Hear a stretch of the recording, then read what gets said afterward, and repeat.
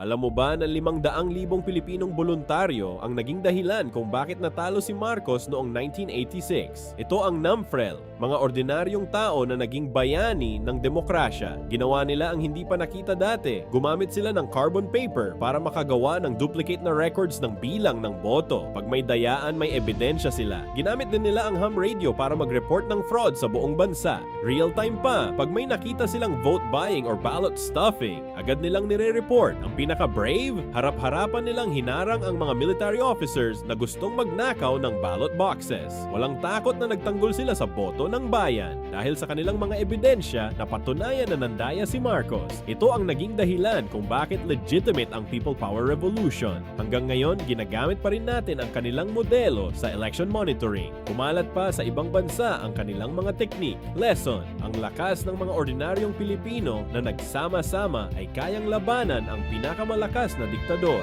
Anong ginagawa mo para protektahan ang inyong boto sa barangay?